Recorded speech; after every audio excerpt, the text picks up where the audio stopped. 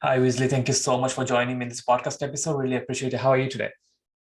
Doing great, Russell. Thanks for having me. It's great to be here. Yeah, the pleasure is mine to have you on the show and yeah, learn a few things from you as well and get like an exciting conversation. So before we get to the topic what we're going to talk about and everything, I'd love to know more about yourself and our topic, which is like interesting, which is like a heart rate set point. We're going to discuss about that. And you're like a success coach yourself. So how did you come up with being a success coach? It's been an evolution of my entrepreneurial journey. Mhm.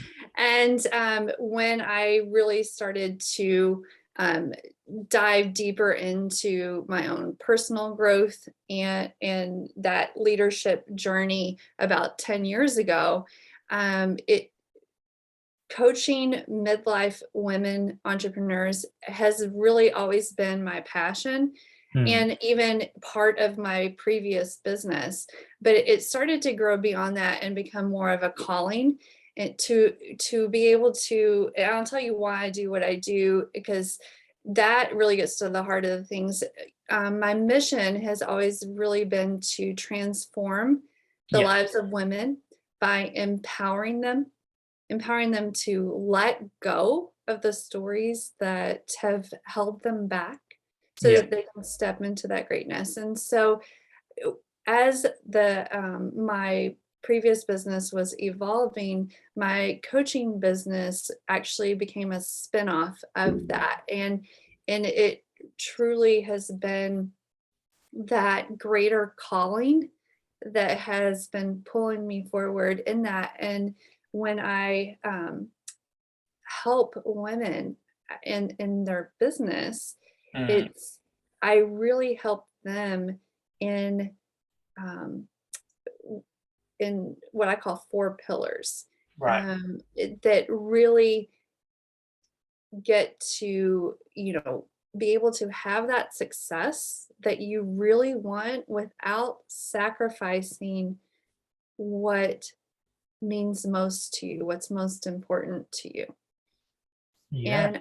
And I do believe from my own experience, I know it's possible, and it's my mission to be able to share that message with so many other female entrepreneurs that maybe have this old story of, well, I've got to hustle in order to, provide for my family, to grow my business. I've got to, you know, prove myself and to others that have been naysayer, stories like that.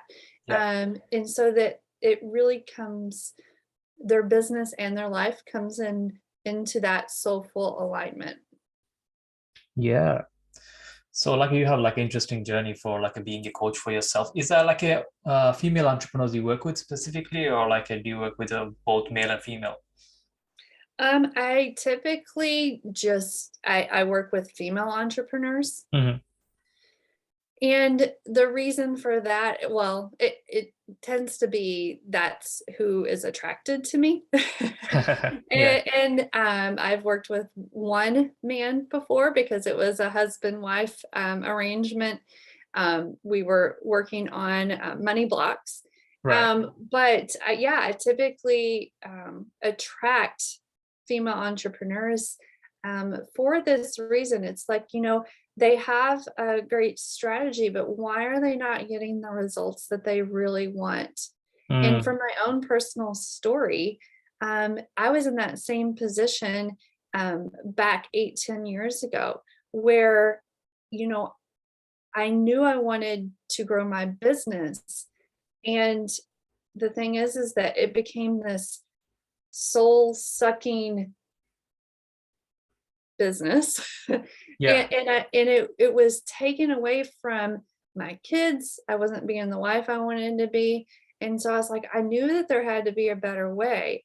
And it's like I was overworking to prove myself. I was overworking to grow this thing. And it's like everything got lopsided. And I didn't want that. I didn't want to create that type of business. And I didn't want that for my family. And Mm. so that's when I just kind of, I had to draw the line in the sand and And at the time, I didn't know where to ask for support. And so I just started, figuring it out by myself. And through that, the more that I grew, the more my business grew. So I know you talk a lot about the self-development, and I believe that's key for all areas of life. But when I'm talking to female entrepreneurs, I believe that your business only grows to the extent that you do. And Yeah, how definitely. important is that to you? Um, so yeah, it's been an amazing journey, and I just um, when I talk about raising your heart set point, and Yeah, I'd love to know more about that. Like, this is our yeah, center point of topic, and what is it actually? Is it like a heart rate set point? well, I like to use the heart set point. It's not heart rate set point, it's Okay. heart set point. And the reason I like to say it like that is because it's that soulful part of you. It's that subconscious emotional part of you. There's in the industry, there's so much talk around mindset, and I totally believe there is a place for mindset, but what I believe is missing in a lot of work in the coaching industry is the heart set point. And why I believe that is that 3 years into my coaching business, I was doing all the traditional mindset work. Right. I was in this particular group coaching program, had a great strategy, but I was not getting the results I should have been getting. And it was like I hit this huge block. Yeah. And I was like, something's wrong here. And I was like, is something wrong with me? Like, what's going on here? And a colleague reached out to me, and she was like, I understand you're doing all this traditional mindset work, and I understand you're frustrated, and you have these blocks. I think I can help you.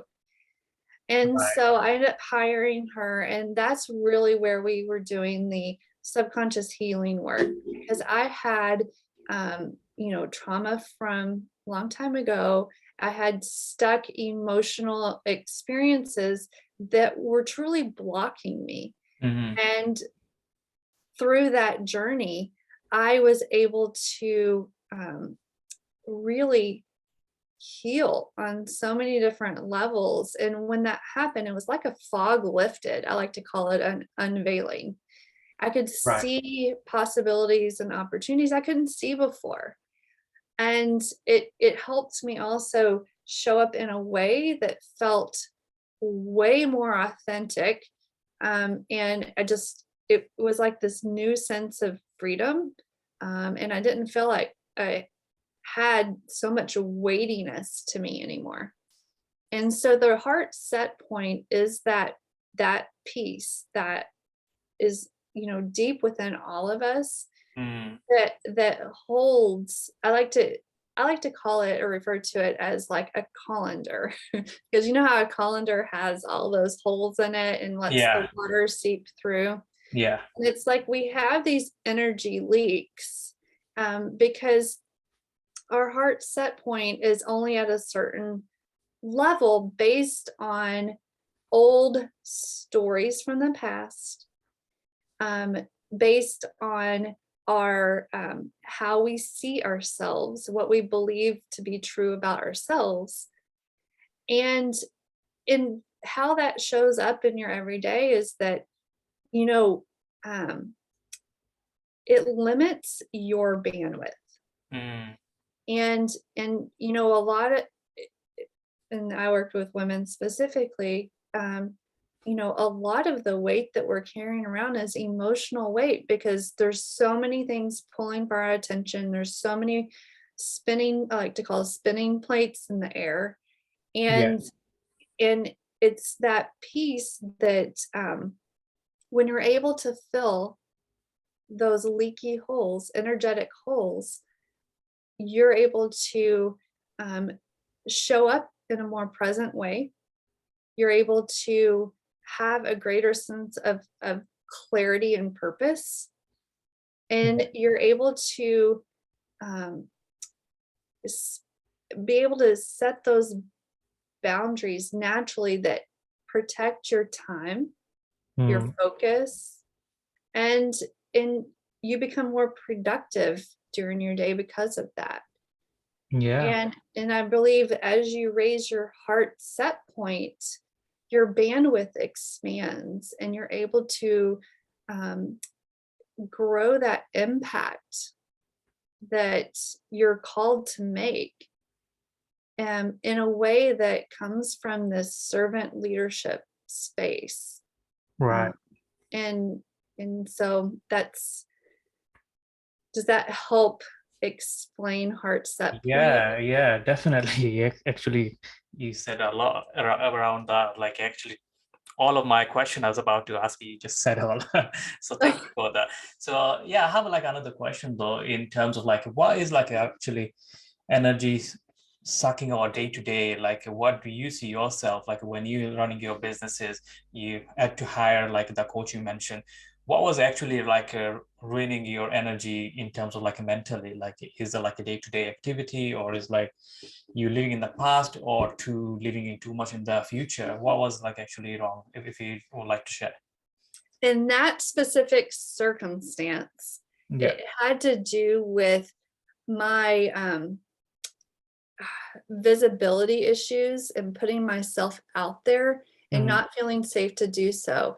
And and it was really energy sucking to me Right. because and so I was like what I like to call putting on a mask, being Yeah. able to show face and just get through the day, which actually was very draining trying to be somebody that you're not. Yeah. And Yeah. so but what was driving that really was some traumatic experiences from my teenage years. And Mm. so it was that pattern that kept showing up. And um, if you're not getting visible, then your audience doesn't know about you. Yeah. And how are you going to be able to grow a business and make the income and impact that you're being called to make, but you can't seem to put yourself out there in an authentic way, in a way that just feels right Yeah. because of all of this backstory that you have going on within yourself. So it was showing up in my days as absolute blocks, Right. not allowing me to take the action that I knew I needed to take. Hmm. Um, and if I Yeah. was taking the action, it was on a smaller scale, and obviously I wasn't getting the results from it. So it started to be this hamster wheel of, exhausting effort Yeah. and frustration along with it. Um, so yeah, that's how it was showing up for me. But because we all have our own stories and there's so much dynamics with it, it really comes down to each person's unique um, situation and story and their you know everything that comes in that package of you, Yeah. that if you don't have that level of self-awareness, what I like to say is if you don't um, if you're not aware of it, it will control you. Yeah. But if you're aware of something, you have control. So what are like steps did you actually take in order to raise your heart rate? We talk about. Yeah, okay. So it it's a continuous journey. I just want to say that. Right. You're never really done because life will continue to show you the things that I like to say. If you want to know what you need to work on, well, a mentor Mm. said this to me one time. If you want to know what you need to work on, start a business or get into a relationship. Okay, so for what happened for me personally is that as things would come up, say I would be triggered by a particular conversation or a particular person, um, that would I would just get emotionally triggered. Right. Which anytime there's a trigger that you experience, that's an indication of something that needs to be healed. And when you address that and you uncover what exactly that is and where it's coming from, you're able to heal it. Hmm. You can't heal it if you don't know what it is. But then once you Definitely. heal that, you raise your heart set point. And Right. so for me, it was just this unfolding of, and the thing is that it's not scary. You actually get addicted to it, because for every breakthrough, things just get better, and they just, um, for me, it's a greater level of satisfaction. It's a greater level of peace that I Yeah. have within my day. It's a greater level of fulfillment.